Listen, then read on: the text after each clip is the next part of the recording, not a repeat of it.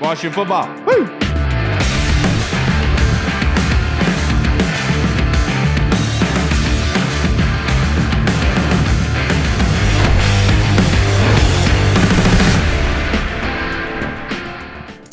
Hello, everybody, and welcome to the Burgundy Zone. I am your host, Kyle. I am joined by my fellow co-host, Michael Hall, and special guest, Andy Burrows of the UK, the DC Tweet Team podcast. And even more special, we have returning guest, Zach Selby of the Washington football team. Thank you for joining us, gents. Selby. What's going on?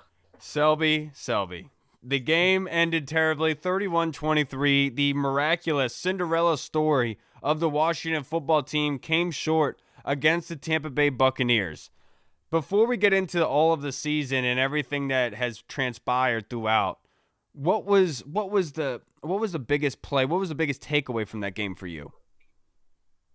I mean, I think the biggest one is that Taylor Heinicke deserves to be on this roster next year. I didn't know really what to expect out of Taylor Heinicke because you see what he did against the Panthers. It was good. There's no lie about that, but it wasn't like it was anything particularly. Like, you didn't know if you were going to be able to see it in a full game. And then, by God, I guess he proved us all wrong by going for like 350 something total yards of offense. And that play that he had in the end zone. I mean, I looked at Kyle when that play happened. I was like, oh my God, we're about to win this freaking game.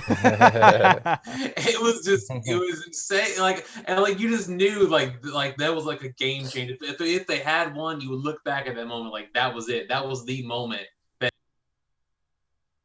changed the entire momentum. But I mean, even though they lost, it's weird because like everyone is so optimistic. And they're so looking forward to next year. I mean, I can't tell you how many guys that spoke to us and said, "Hey, when we get back, we're gonna be ready," because they really think that they're on the cusp of something. And honestly, like if you're doubting them anymore, like you should just leave and just go off and get shot into the sun. Honestly, because this team will just prove you wrong every time. Yeah, absolutely. And so, Selby, the last time that we talked to you, I think it was about early October, if I'm not mistaken, or late September. So from then until now, what is the biggest change that you've seen with this team? The biggest change? Well, I think that it really has to be with they bought into the system. And you can tell that was the biggest difference. Whenever they first got that win against the Cowboys, they started to realize, oh, hey, like if we do what we're supposed to do, and we just rely on our talent and that system, a lot of good things can go our way. And if you look at it, I mean, ever since that Dallas game, they won more than they lost, and they won 5 out of their last 7 games because they believed in the system. Now, the offense had some work to do. I mean, whenever you lose Terry and Alex and Antonio all in the space of a couple weeks, it's going to hurt your offensive production. But whenever they were clicking, they were rolling enough to the point where they could do enough to win games. And defensively, I mean, they just went really from good to great in a lot of categories. I mean, that pass rush was everything you expected it would be and more. And the corners were showing up and playing really well. So it really just comes down. I know it's cheesy and I know it's kind of corny, but they really did believe in what they had, and the talent that they had along with that made them one of the best team in the AFC East for sure. But when they were on that roll, they were one of the better teams in the conference. Right. And you mentioned how they bought into Ron Rivera and like the new culture change and all that in the beginning. This question kind of popped in my head as you were saying that. Chase Young, it seems like everyone kind of bought into him as a leader, not only a defensive leader, but just a leader on the team as a whole. Obviously, he became a captain at the end of the season. A lot of people were kind of wanted to see more big plays and were kind of down because he didn't have a lot of sacks. And not me personally. I thought he had a great season. But what was your assessment of Chase Young in his rookie season? I mean, the sacks definitely. I mean, I guess you'd want to see more sacks, but at the same time, I mean, what he did beyond just like the pass rush numbers was absolutely incredible. I mean, and one of the biggest things is that sacks are just part of the equation when you're talking about pass rush. The pressures are really what help alter the passing game. And he had a lot of pressures. I mean, he was getting close to Tom Brady on a lot of his pass rushes. And that's not even including all the batted passes that he had. I mean, he had a near interception. I think it was against the Bengals. And and he had a touchdown. I mean, if you include his whole body of work, he's not just so I really think that Chase has become an all-around player. And I mean, anyone who thinks Chase Young is not a good player and he did one more impact play is just look at the film, bro. I mean, that's really all I can tell you. I 100% agree.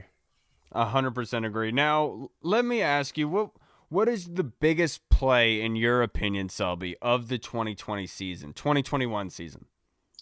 Biggest play, actually, I was doing a top 5 moments of the entire Washington season, and I mean Heineke's play is definitely up there. I mean, like I was saying earlier, I mean that really kind of changed. That would have changed the momentum in a lot of ways for that game. But just for the sake of not doing recency bias, I'm not really a fan of doing those. Gosh, if I had to pick one, it probably had to be Chase Young's fumble return for a touchdown. Yeah. I mean, that was a special moment. And I mean, they took the lead with that play, and it kind of goes back to what I was saying earlier about how Chase is not just a sack guy. He's an all-around defensive monster. I mean, they don't call him the Predator for nothing. Put it lightly. Yeah, exactly. So, I mean, that play I think not only did it help them win that game, but it also showed that the future is pretty bright with Chase back there as a defensive end. Yeah, and then I have a question to ask you. Rivera had a comment that he had said to Grant and Danny, I believe it was yesterday, and that was he made a mistake early on in the season with the quarterback situation, the quarterback position. How do you interpret those comments that Coach made? Because I've had a lot of people ask me about it. I think what he meant by that is, I think he honestly, and he had a couple of different options if you think about it. I mean, before getting to the ultimate conclusion of getting to Alex in a lot of ways. And I think if he would have had that open competition, he would have realized that Dwayne needed more work than he wasn't necessarily the guy just yet. Kyle Allen was probably more ready in the system, although he was still young. And I think, he told JP Finley on the NBC Sports podcast that he eventually was going to go to Alex. He felt like that was going to be the case. But at the end of the day, he still wasn't ready in week 1. I think it'd be crazy for us to think that he would be. Right. So I think that's what he would have said, or that's what he meant. I think that if they had figured that out, I think they would have maybe won some more games. Especially because especially against the Browns, they were in position to win that game. Who knows what would have happened with the Giants, or I mean even with the Rams. I mean, I know they won 30-10, but you never know, honestly. So any given Sunday. Yeah, exactly. So I mean, I think really what he really meant was just he would have sped up the process a little bit more. Yeah, and which makes a lot of sense. It really does. And I want to ask you, because you talked about Taylor Heinicke, we all witnessed the play of him diving to the end zone, going all out, and on top of, he sprained his AC joint on that play. Yeah. He went out for a little bit, went and got x-rays, everything was fine. But in my opinion, that was such a huge moment in seeing who Taylor Heinicke was. So in your opinion, do you think that Taylor Heinicke earned himself a contract for next year? I think he did, and I think that's about the extent that you need to go right now.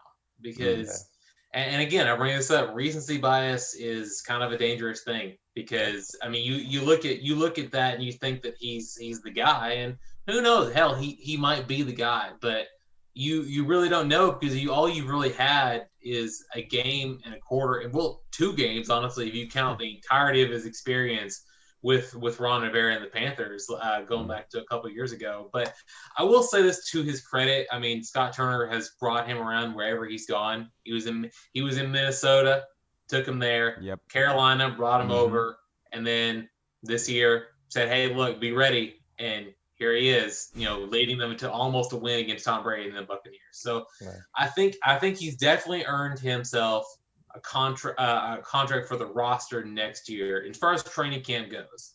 But as far as that goes, you don't know what you want to do with the quarterback position yet, because there are a lot of options. It's going to be tempting because you have good quarterbacks out there in the draft. You have some good quarterback free agents that are going to come up next year. Maybe some tradable options. I mean, you never know what you want to pick. And it's kind of the opposite of last year, where you really thought you were going to keep Dwayne for the future, but now you have the opposite of like, well, we have all these options now at our disposal. We don't want to pick just one guy. It's January 12th at 6:11 p.m. Eastern Standard Time, for God's sakes. I mean, there's no reason to crown anybody the starting quarterback of the Washington football team going into September right now. Yeah. And so that being said, Selby, let's say that there was a quarterback that was on the radar for the Washington football team. In your opinion, what way would Ron Rivera go? What quarterback do you believe that he would bring in? So I think now personally, I've been a fan of Zach Wilson, but because I think he's just done some spectacular things with the ball. I want to dive into his tape a little bit more, but I do like Zach Wilson, Zach Wilson, just looking at him on the past couple of games that I've seen. If I had to say what he would do, I think he'd have to. His philosophy has always been build on the younger guys, and he might want to say, hey, look, we're going to go in and we're just going to draft a guy. And we're just going to see what our future roles were there, because you have to consider this as well. Alex is under contract for another couple of years. So, I mean, maybe ideally what he wants to do is he wants to have Alex there and then draft a quarterback and say, hey, let's do what Mahomes and Kaepernick did with Alex and let him be a mentor for the future, because he'll be 37 years old entering the next thing Alex will. So he's not going to be here forever. And you want to have that viable future. And what better way to have a young quarterback ready on the wing for your future than having got to learn from Alex Smith. So if it were me, that's where I would go with. But I mean, like I said, there's a reason why Ron Rivera is the position that he's been in, and I'm just writing about it. So we shall see. It's going to be an exciting offseason. That's one of the reasons I can't wait for it, honestly.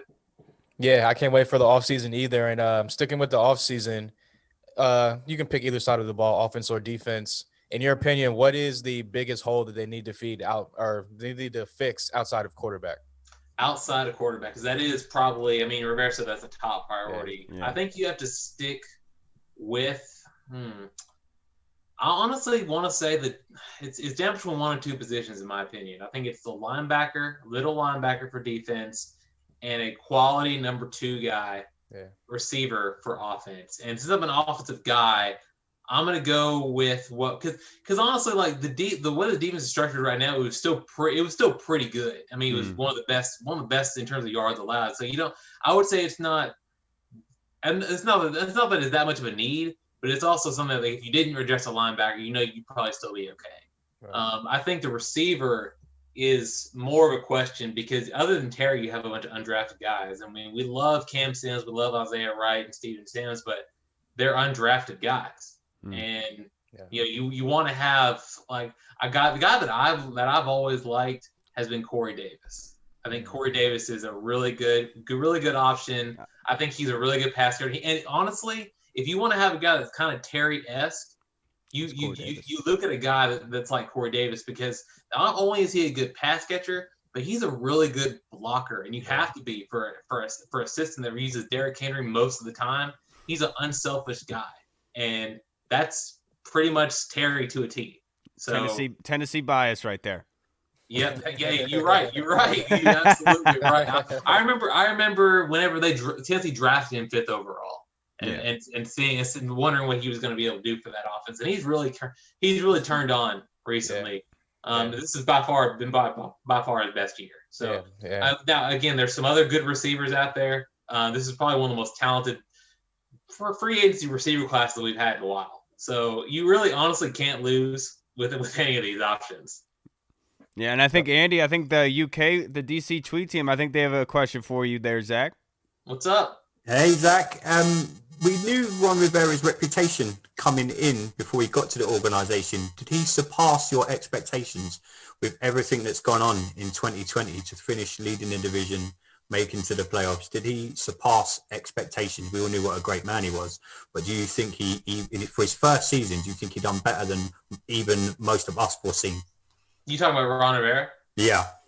I think he definitely did. I think he even surpassed his own expectations, honestly, because I mean, you look at what he said in his introductory press conference. I think that he expected it to be a a 2 to 3 year deal for him to be in a division winning spot that he is right now. And all of a sudden he realized week 5, like, hey, we can realistically make a run at this thing and somehow win the whole thing and see where we go from there. And I think some of the younger players really surprised him too. I think guys like Ken Curl really exceeded a lot of expectations, and Chase became more of a leader than I think most people anticipated. So did Terry. I mean, Alex comes on. You didn't know what Alex was going to be, and he ended up being a really quality quarterback. Antonio Gibson emerged as one of the most efficient running backs in the NFL, sixth in terms of DVOA, ahead of Derrick Henry and Dalvin Cook, just to show you exactly what he's been able to do.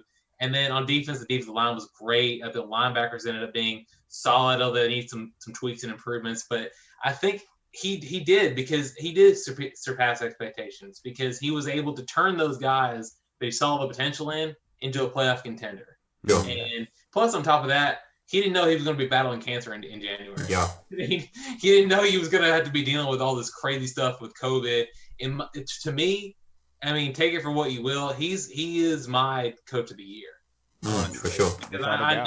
I know that Stefanski did great things, is doing great things with Cleveland. I know there's a lot of, like, McVay, LaFleur. They've all done some good things, but not a lot of them have had to deal with an identity change, a culture change, COVID, cancer, the quarterback changes, injuries, all this other stuff, and still somehow found a way to put together a quality team down the stretch. So, yeah, I mean, if there was a grade above an A+, he would probably get it.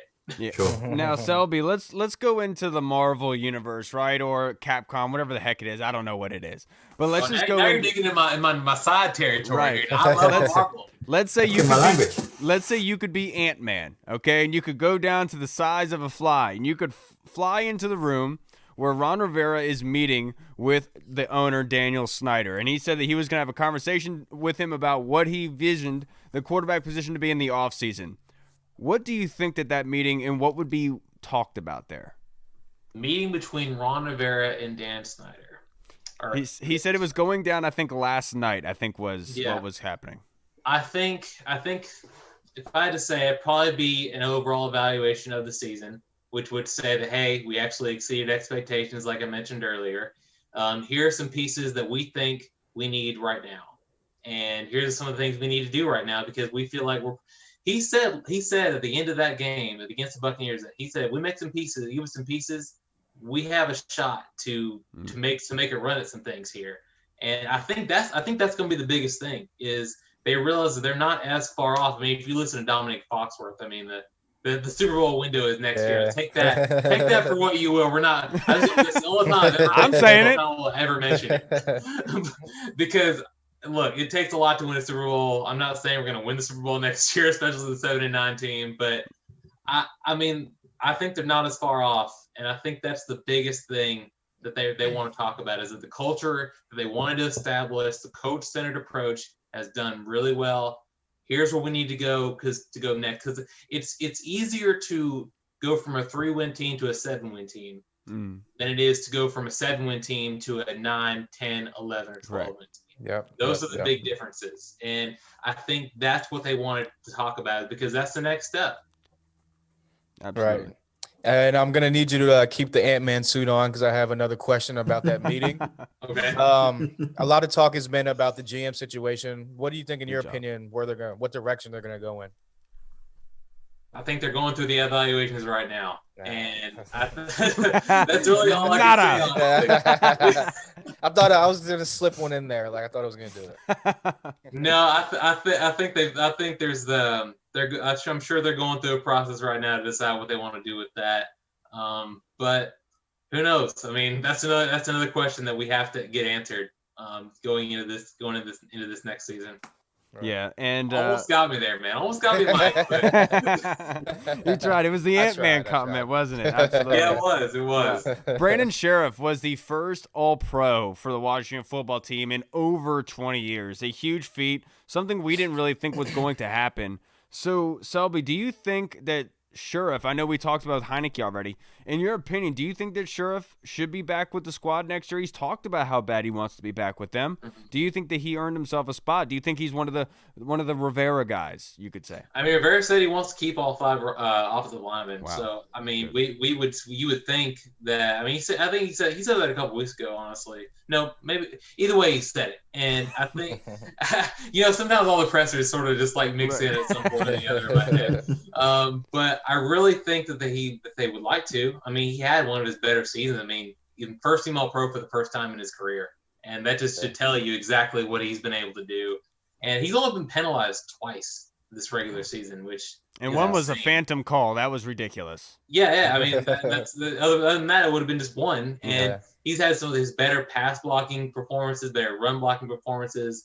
And he did go through his period when he was hurt there for a little bit, but he came back and he didn't miss a beat. So, I mean, you would like to see him back there, I would think, especially with a growing running back like Antonio Gibson, J.D. McKissick, Peyton Barber, and they like what they have running the ball. I think it could be something even more special next year, especially with Antonio Gibson getting more carries. Yeah. So we'll see, but I think evaluating that is going to be one of their top priorities. Absolutely. Now, to finish this interview off, Selby, I'm going to let you go back and let you finish Castle Black now. I'm sure that's going to be your next thing you're going to make. My question, the white on whites. Do you think what was the interpretation of the social media team? I know that we heckled you guys so much about the white on whites. How did you guys like the white on whites? And do you think that is going to continue being a staple into next year? Because it wasn't until later on in the year we saw the white on whites. Do you think that we're going to more consistently see that throughout the season? Oh yeah. I think that they are. I mean, the white on whites are pretty clean. Honestly, they really are. And that was the first time I've ever actually seen them live. So I was kind of wondering what it would look like. And it took a while, but I was like, you know what? They look pretty icy in them things. I like them. But I mean, Rivera said he wants to keep for big games. So I don't think you're going to see too much of them. I don't think it's going to be like more conventional as like the Burgundy on white or, and vice versa. But I think if you look at who they've got on the schedule next year, in terms of big games, which you qualify for big games. I mean, you have the Saints, you got the Bucks, you got Chiefs. Yep. I mean, there's some definite candidates out there for some big games. And I mean, what better way to prove you belong in the upper echelon of the NFL than wearing them all whites and hopefully getting some wins. Yeah, you're absolutely right, because they proved to be successful this year. I will say so myself. Selby, I can't thank you enough for joining us again. You've been such a great sport this year with your second year with the team. I just wanted to say I really do appreciate all the content that you and Stack bring, and then Logan Campbell and Julie and everyone on top of it. You guys do an incredible job with the Rundown Washington podcast. You guys can find it on Apple, on YouTube, on podcasts. You can find it everywhere. Go and make sure you subscribe. Selby, I just wanted to thank you so much for being so generous this year, and you've done an incredible job. Hey, it's all about y'all, man, because like I always say on the pod, you guys pay the bills, you help keep the lights on, and I mean, we owe it all to you guys. So we want to deliver the best content we can for you guys. That's all I got to say about that. Absolutely. Thank you so much, Selby. I will catch you again, brother. Hey, I appreciate you guys. All right, man, have a good one. Thanks, Zach. All right, everybody, we just talked to Selby of the Washington football team. Another fantastic interview that was. Look, I'm sorry about the technical difficulties, but we'll fix it, right, Burrows? How are you feeling now? Hopefully I'm back in the running, and the technical difficulties are sorted. Yeah, it sounded like a techno song when he was talking. It was like, I was like, oh, nice Brits like to party. Yeah, I'm surprised Reed didn't hear that as like a calling call, like a bat signal. It's like, oh, somebody's doing a DJ thing. Everybody, thank you so much for joining us again for the Burgundy Zone. We're gonna talk about the 31-23 game. The Washington football team falls short. And it took me a couple days to kind of, wrap my head around what had happened, because I had been drinking that night, just like Burrows was. Burrows was drinking that morning, actually. Oh, boy. But, Burrows, if you could say, you have your spiel, right, about the season, about what this team has done throughout the entire season. So if you could, before we get into the game beers and the fan questions, kind of let us hear it. Spill your heart out, man. How did you view the season? complete 180, a complete transformation from what we saw in 2019. You look at where the team finished. If you were doing your podcast this time last year, what you would have been talking about was, a terrible season, a terrible organization. Everything was terrible. And you flip forward to January 2021, and the organization themselves are unrecognizable from where they were to where they are now. And that's full credit to players, coaches, people like Selby, everyone. It's just a complete credit to every single person.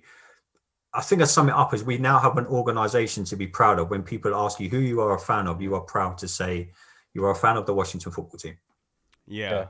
And look, I was upset on Saturday night. I was mad because in my heart, I thought that they played well enough to win that football game. I really did. And I felt like the season was ending too short. I feel like it was ending too quick. I wanted to see more. I didn't want to have to wait 9 months to see them strap up in the white on whites again. You know what I mean? But the thing is, I don't want to put too much blame on the defense because they did get gashed a lot in this game, but they're the reason why we're here. During all that whole season, offense was just non-existent. You couldn't find any offense. They were scoring touchdowns for them. It got to a point where we would go into games saying the defense needs to score a touchdown for them. Like, how insane is that to even say? And a lot of credit to Jack Del Rio, a lot of credit to Ron Rivera, Scott Turner. Scott Turner was literally getting bludgeoned on social media all year long because of the offense, when literally the guy had to play with 5 different quarterbacks, and the 5th one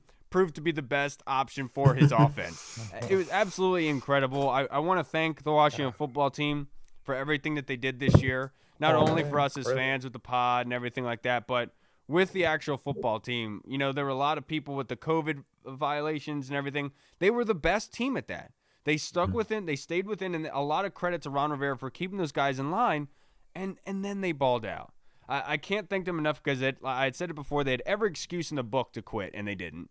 And thankfully they didn't. I couldn't say this time last year, but I'll say it now. I am incredibly proud to call myself a Washington football fan, Washington football team fan, because the product that I saw is a complete 180. Like, I heard people talking about on Twitter, we didn't really get blown out this year. How many times can you say that about the Washington football team going back decades? You can't.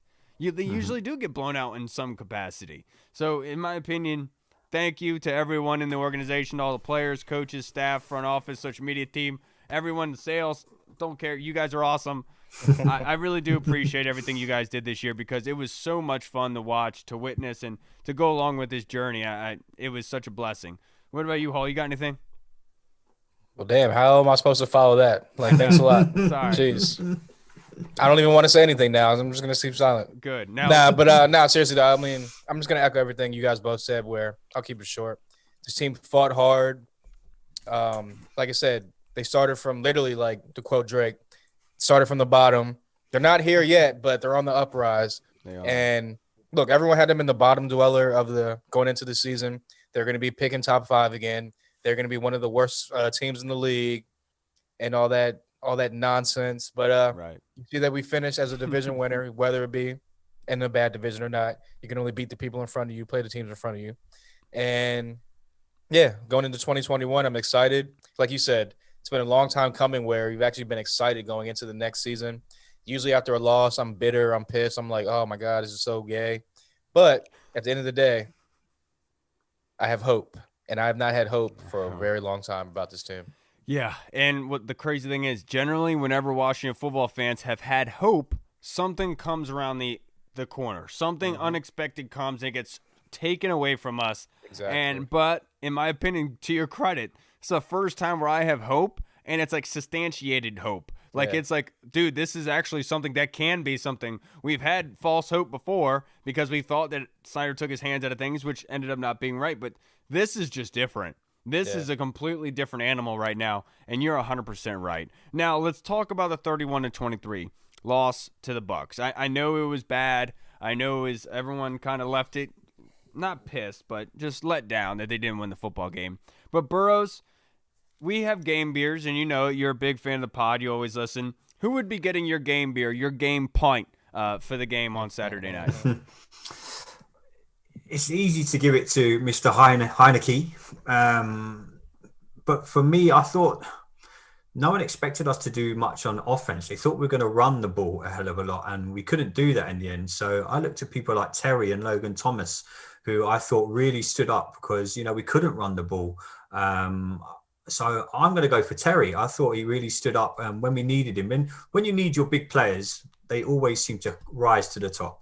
And for me, I thought Terry really did rise to the top because we tried to run the ball and we just couldn't get anything going running the ball. So then you have to look to Terry, to Logan, to JD McKissick, to whoever you're looking to. But yeah, for me, I thought he played extremely, extremely well, and he knew he is the man at this team, and yeah, he showed that on Saturday. And for a young guy, he wore that C on his chest with pride and really balled out. Yes, he did. And I made a comment because, Steven Sims had that drop in the game, right, where he's kind of looking behind him, already ready to run upfield without catching the football first.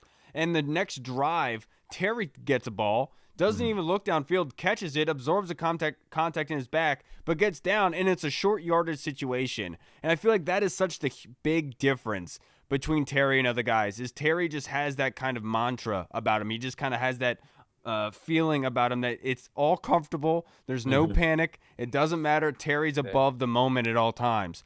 For me, my game beer, I know we all going to want to give it to Taylor Heineke. I get it. I do. But in my opinion, there is a reason why I'm giving it to him. There was one play in particular, the toe tap first down. I think it was 3rd and 8. If I'm not mistaken, it was a long 3rd down. Taylor Heineke had already sprained his AC joint. He's hurt. And the Bucs call a blitz right up the middle. They're forcing pressure right at him, and he steps into the throw, fires that ball on a dime in the only spot that Steven Sims can catch and get a toe tab in to be able to prolong that drive. You have to imagine the guy stepped into contact. He's already hurt. And the fact that he's knowing that, stepping into throw and being able to deliver that on time, I think he deserves a game beer. I think he deserves to have a weekend, maybe in Germany for what is it called? Oktoberfest. Oktoberfest. Yeah, he needs to go stay in Oktoberfest for a whole month. Oh boy. Because of his play. But in all honesty, if I'm going to give the game ball to somebody that really truly deserves it, Jeremy Reeves. Led the team in tackles with 10. This is a guy that I follow him on Twitter. I seen him all season long talking about I'm waiting for my chance. God gives you the chances when it's ready for you and everything. For him to step in when Ron Rivera said no to his former player because he said I believe in the young guys here, and everyone was like, oh, that was kind of a ridiculous move. Troy Apke's terrible. Why are you doing that? We need help. Come to fruition, and Jeremy Reeves proved Ron Rivera right, and I think Jeremy Reeves deserves a game beer for coming out with 10 tackles in that game. He did a lot. Who's getting your game beer, Hall? Yeah, definitely shout out to Jeremy Reeves. Guy that's been through a lot of adversity and practice squad guy, special teams guy, gets on the field, takes advantage of his moment. So definitely going to be a role player for us going forward, maybe even a starter. But my game beer goes to another guy on defense. The strength of our defense is the defensive line. They pretty much got neutralized for the most part, but except for one guy, and we talked about it before we started recording. Yeah. Deron Payne, because I said it on Twitter even during the game. I was like, Deron Payne is the only guy on the defensive line that's really standing out to me today. So Deron Payne, you're a big guy, so you're going to need a whole, what's it called, what are them Jones called when you get to the growler? A growler. Growler, yeah. You're going to need a growler, man, because he's a big dude. But 3 tackles total, two sacks, which was like huge because we needed to just get to Brady. Yep. A lot of pressure up the middle. Forced fumble. A forced fumble, exactly. So, yeah, definitely my defensive player of the game, even though he didn't have the huge stats, like, per se, tackle-wise. But, like I said, a lot of pressures on Brady, a lot of hands in Brady's face, forced fumble, 3 tackles, 2 sacks. My man, Deron Payne. Absolutely. Now, let's move on to our fan questions because they're kind of generated and based around this game. And the first one we'll go to is Eddie.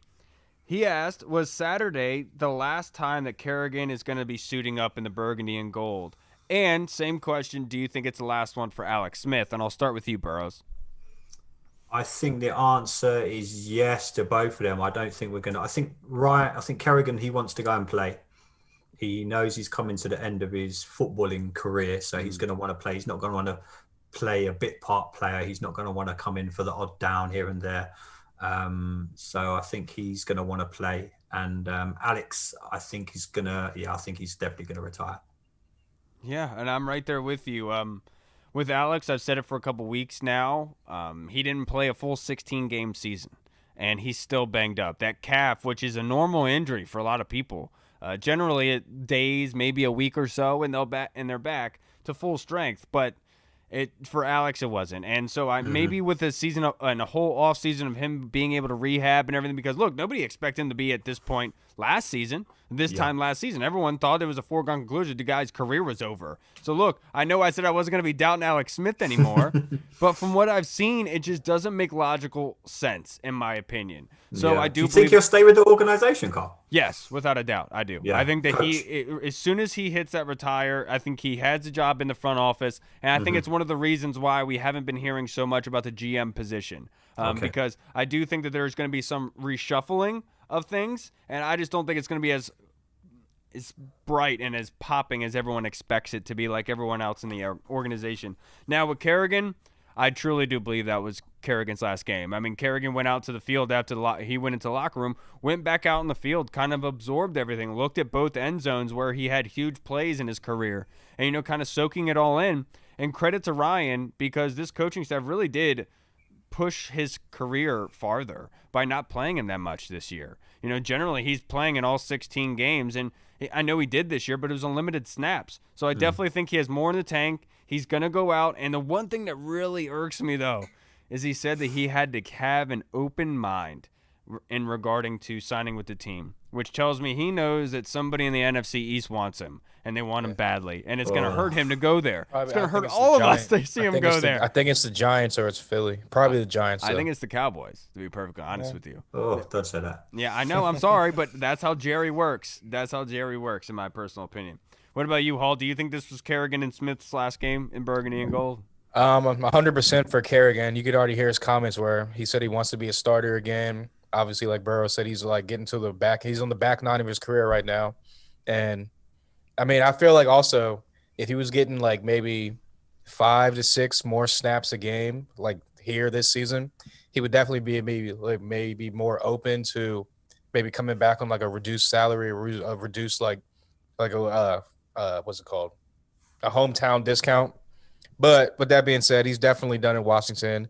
He'll come back for that one-day contract eventually down the road. He'll retire a Redskin, be put up in the, I guess, what do you have, like a Jersey Hall of Fame or like a Ring of Fame or whatever? Ring of Fame. Ring of Fame. Yeah, he'll be put into the Ring of Fame because he's been Mr. Washington for the past decade that he's been here plus. Yeah. So, but Alex Smith is kind of tricky because if you kind of listen to his comments and the way he was talking after his exit interviews and stuff with the media, it was kind of a sign like he was alluding to he does want to come back and maybe see what he has left in the tank. I feel like he does think he has something left in the tank. Me personally, see, I'm so 50-50 on this because like Selby said, I would love for him to stay around here, be that mentor to the young quarterback, hand the reins over, bam, here you go. Franchise quarterback for the next X amount of years. But on the other hand, it's like that $14 million in cap space that we get if we cut him or release him. It's sounding really, really pretty going into the offseason where we need to fill a couple holes on the offensive and defensive side. So I'll go 50-50 on Alex Smith, honestly. I can't even call it. His head's probably telling him one thing and his body's telling him another probably. Yeah, correct. Exactly, yeah. And that's how I kind of view it in this kind of thing. I know that he has proven everything that he's really wanted to with his family. I mean, look, the guy led a comeback for this team. I don't care what anyone says. He did. And that's and all he does is win games, but that's probably the best way for him to go. I don't want to see, the last thing for his legacy is coming out and just looking like he did at the end of the Rams game for the rest of his career. This is what a way to go out, in my personal opinion. He'd be viewed at the highest of the high, and I would definitely think that he would be used as like a player kind of intermediary, the bridge between players and front office. I think he'd be a great person for that kind of capacity. Now, Keith's question for us. Then we just hired Tim Hightower for that role, though. I know. But that you can always have somebody above him. I know. Obviously, yeah. Would Heineke have shown comparable success against a different team in the playoff? He says that Tampa's D has been suspect all season long. I'll start with you, Hall. I know they were ranked in the 20s as far as pass defense or ranking stuff like that. So I'm not going to call them suspect because they had the number 1 rush defense. They have a top Bowls led defense. They have special athletes on that side of the ball. So I'm not going to call them suspect per se, but obviously you can definitely pass on them. As you saw, you can't really run on them. Like I said, number one rush defense, but they can definitely be got in the passing game. And obviously Taylor Heineke, he knows the offense. He knew where to go with the ball. He saw the blitzes come in. Offensive line did a pretty good job of picking up the blitzes for the most part. So, yeah, what was the deal? What was the question again? I kind of got lost in it. Would Heineke have had comparable Oh, success against other defenses? I would say yes, because the decision making and the get rid of the ball quick. Here we go. He knew where to go with the ball pre-snap and during the play. So I do think we would have success against whoever we would have played, honestly, barring some crazy like Aaron Donald type of like game where he gets 5 sacks again. Yeah. What about you? What about you, Burrows? Do you think that Heineke would have played this way against maybe the Rams or the Packers or other teams in the playoffs?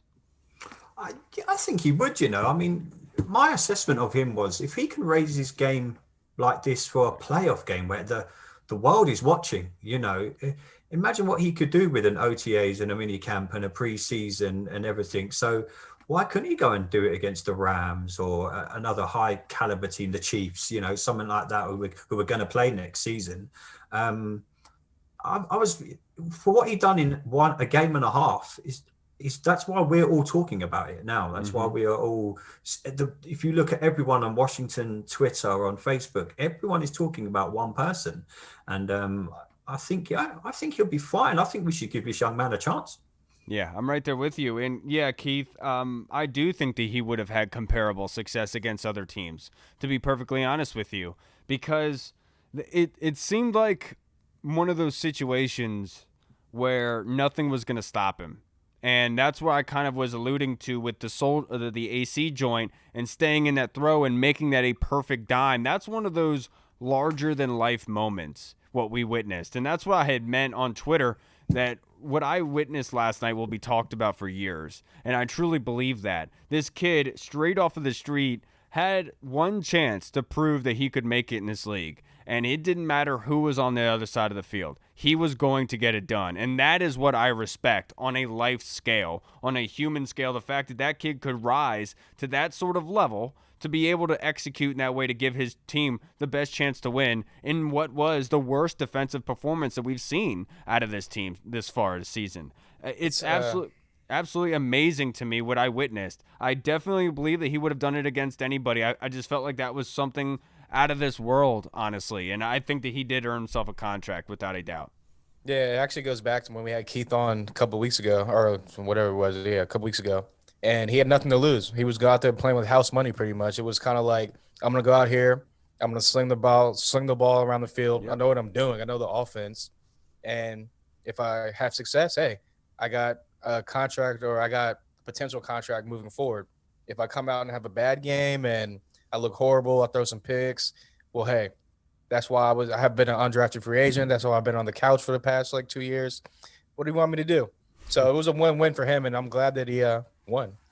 Yeah, seriously. Now that great question by Keith. Now Ash Burning, one of the great people on Twitter, asked how many linebackers does this defense need to be able to get over the top? And I'll start with you, Burrows. As in, we need to get in to come into the team? Yes. 2, 3. Yeah. It's going to be, I mean, we're going to, depending which way we go in the draft, I'd say 2 or 3. I think that's going to be one of the positions that Ron Rivera, I think he knows that we need to get a couple in. I'd say 2 or 3 at the most. It's a position that we need to nail down because like Ron Rivera says, we're only a few players away from being a very, very good football team. Mm-hmm. So I think if we can nail down a couple in the off season, come back in September and, we've got the pieces in place already. I'm going to use one of your analogies here, Carl. We're like a jigsaw puzzle. We've nearly completed it, but we're just 4 or 5 pieces away. And I think something like linebacker will, I think 2 or 3, I'd say. It might be 4 now after seeing Reuben Foster's tweets from the other day talking about. What do you get, soap down his pee-pee or something? Yeah, that was funny. I'm not sure how that's going to sit with the team.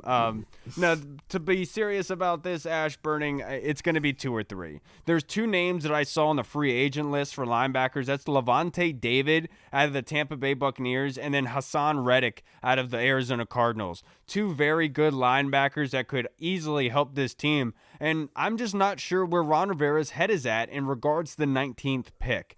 You know, is it going to be solidified on a quarterback there? Or are they going to want to go get somebody like Owosu out of Notre Dame?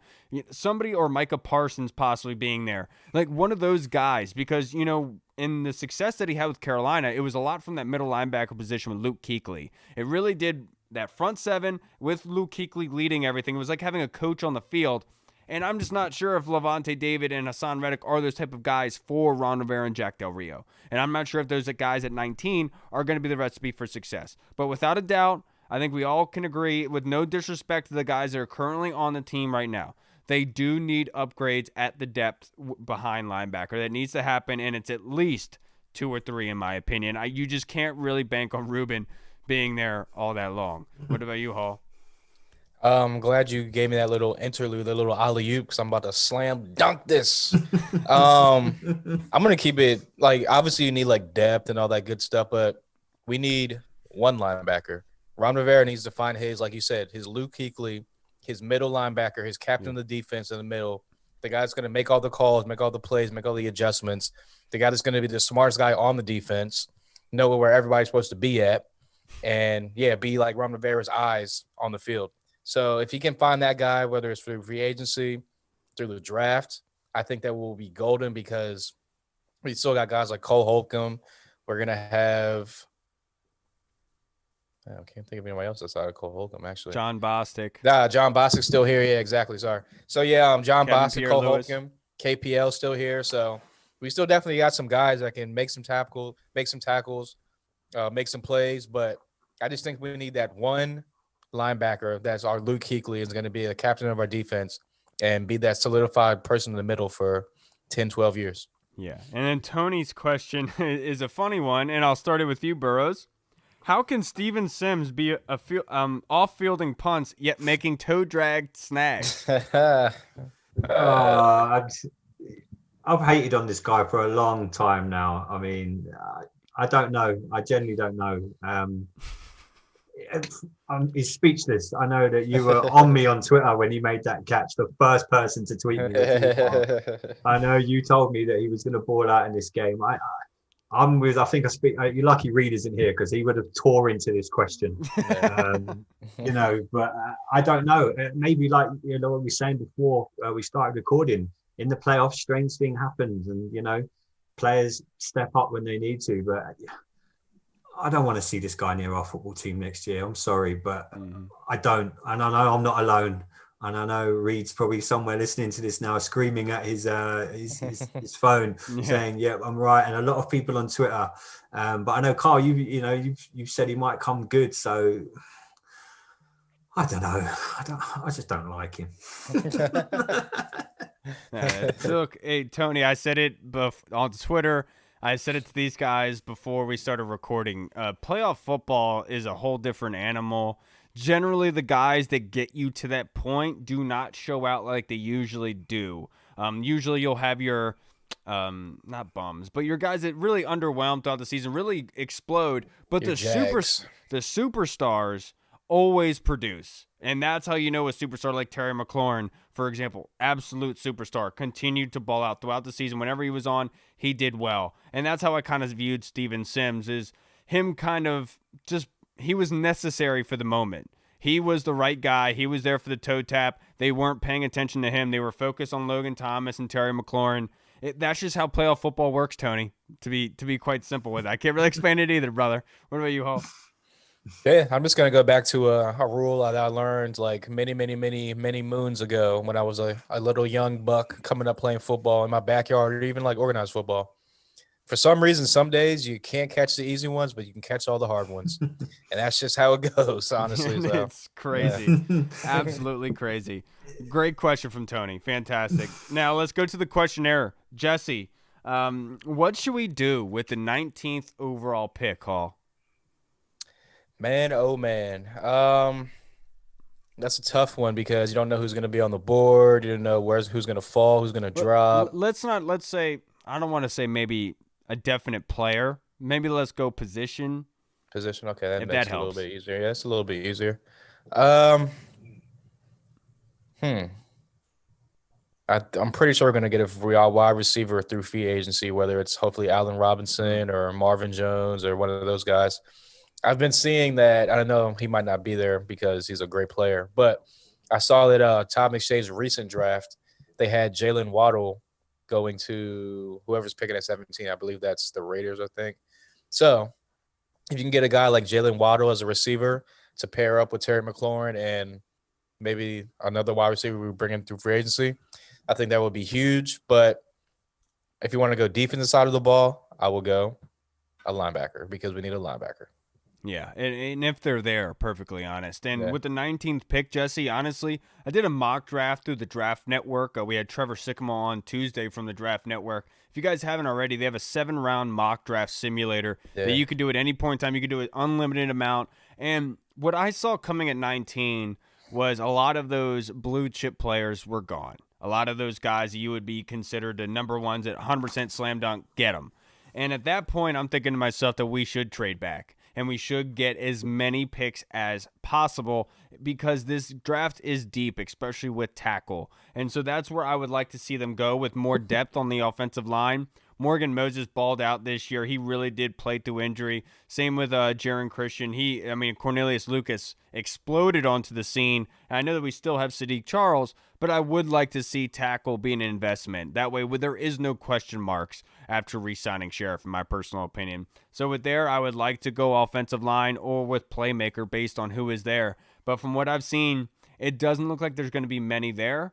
But I will say I would be very happy with Brevin Jordan out of Miami or Kyle Pitts if he's there. I don't expect Kyle Pitts to be there. I think he's going to be a top 10 pick because of that guy's athletic ability. Without a doubt, he made Kyle Trask look good. And that's where I would go with. What about you, Burrows? What would you do with the 19th pick? I'm kind of with you, mate. I think I'm looking at like a left tackle or something like that. I mean, like you say, you just don't know with 19. There's not going to be much out there. You're really going to test your scouting network now and the people that you've got on your staff to know the players who we might not even have thought of. Find a diamond in the rough sort of thing. So you've really got to lean on your scouting network. But yeah, I'd say left tackle, and I'm pretty much with Hall. I know we said it earlier, but linebacker, like I said, we're a few pieces away. So if we can find a diamond in the rough that we can get in 19, we've gone from where we were last season, where we knew pretty much Chase Young was coming. We were getting a bona fide stud to now, like you say, you don't know what's going to be on the board at 19. We're all going to be watching it and looking at all these players go. And then we're going to be like, who's left? Because, I know I'm not massive into my college football, but I can tell you the big guys that are all going to go. So when you get down to 19, you've really got to lean on your scouting network and you've got to trust these guys to say, look, I found this guy out in the middle of nowhere. Let's get him in and take a chance. Yeah, absolutely. And then Jesse's next question was, what are the biggest needs in the offseason, Burrows? And I'll start with you. Don't limit this just to the draft or free agency. What is just overall for the Washington football team the biggest needs that they need to do? General manager needs to be, it's very, very important. That needs to get done and dusted. I think the problem we've got, there's going to be a lot of, now the season's finished, we're going to have a lot of things that are going to be rising to the top. The Dan Snyder situation, the organization's gone so far now, they're on the upward curve and people are speaking about them in the right way. So we want to make sure the off-field stuff is taken care of. Get the quarterback drama done quickly. We do not want to be getting into August and still you look at all the podcasts that we all done from like June, July, August. Me and you, I remember one you sent to me on one show, Burrows, we've done this to nauseum. Now we're talking about so many. Hall knows as well. We've talked about it. So we need to get the quarterback situation locked in and done it. If we're going to get a veteran, if we're going to get that done early in the summer. And so I don't want to be sitting here in August with another Washington quarterback drama because I'll go crazy again. Yeah, and look, I'll be perfectly honest with you. There's two things, my biggest needs that need to happen in the offseason. Number one, Get Taylor Heineke back into training camp next year. Make sure that he is battling out, seeing if he is really the guy. Once the spotlight is off of him, all of his back being against the wall, I do want to see how he shapes out. Let's see if we caught lightning in a bottle. But my number 2, the most important one in my opinion, extend Terry McLaurin. I do not want to wait any more. Extend him for 20 years. I don't care how long the contract is. Please get it done. That guy is the epitome of Washington football. Please get that done. I don't even want to get close to him thinking about leaving this team and going to a better quarterback or a better situation. Just make sure it gets done, please. Terry needs to stay. He would have to talk you down off a ledge. I know. That would be a very depressing day. I'm not going to lie to you, bro. I think everybody would be depressed that day, not just you. Goodness. What about you, Hall? What are your biggest needs for the offseason? Yeah, I'm going to stick with Terry McLaurin. He's going to need a running mate opposite him. That's my biggest need this offseason. Mm-hmm. We need to find a solid number 2, like Selby said, and we need to – this is an offensive league going forward. Like, I know defense will win championships.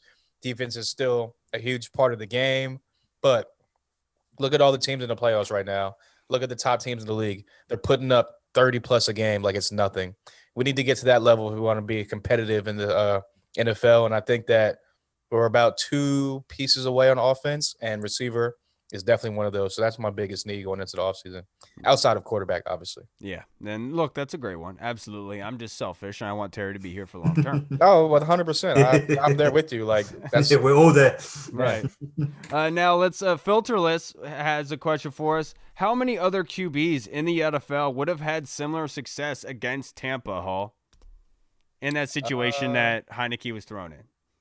Just come up off the bench and or I guess you got the reps during the week, but just off the couch, just come in, thrown into the fire.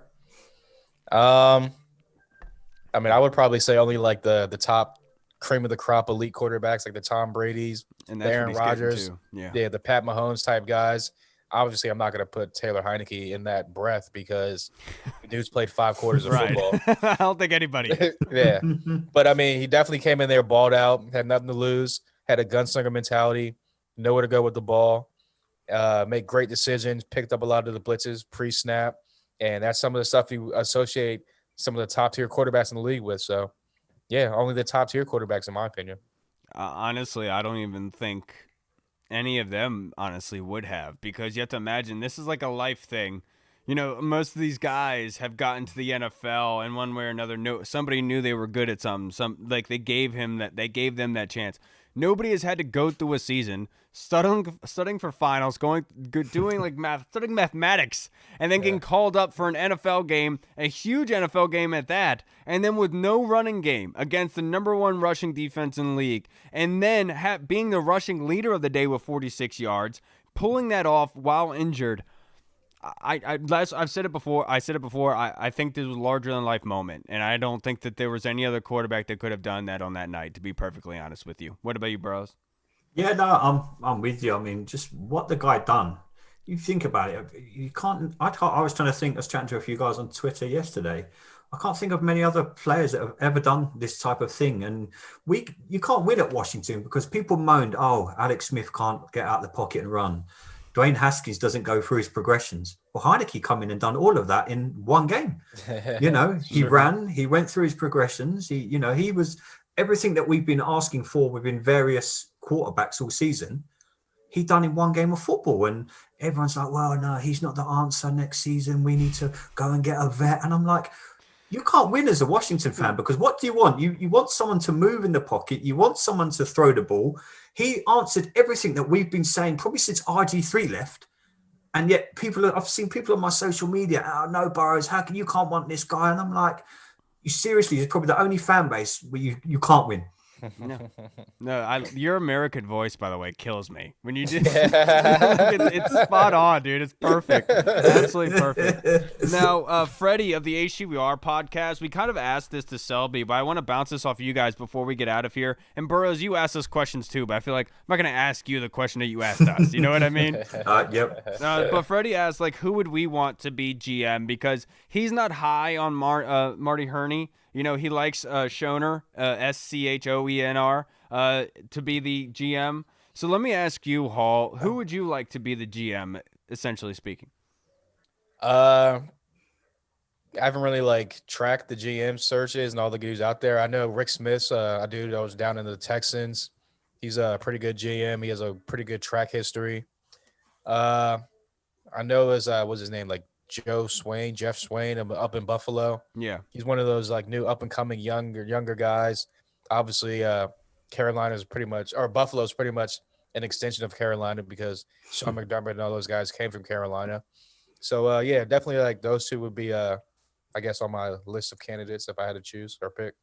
Honestly, I wouldn't. I know you don't like it, Freddie. I wouldn't mind Marty Herney as long as it comes with a caveat, in saying that he has no decision making in regarding to the team and the players. If that relies strictly on Rivera, I'm all for it because Rivera in his press conference, he kind of admitted that early in the season before they brought Jason Wright on, all of these things that were happening was a lot on his plate. And he was realizing, I can't do all of this. And that's where I kind of think that he's saying, like, he needs somebody who's been there before just to be able to handle the normal stuff. You know what I mean? To handle the initial wave, the filtering of things. Where, in his case, he can just strictly look at the players, make the decisions for the team, and be able to build from there. As long as he doesn't have to go through Marty Herney, I don't mind that decision whatsoever, in my personal opinion. And that's why the one gripe I have with Schwaim is that I don't think he has that much experience with being that filter. And that's where Ron Rivera is coming from, in my opinion. So I know you don't like Marty Herney. I want Kyle Smith to stay here. I want him to be the highest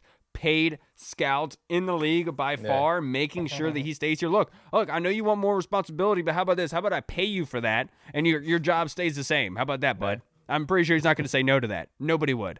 You know what I'm saying? What about you, Burrows? What would you do for the GM job? What would you like to see?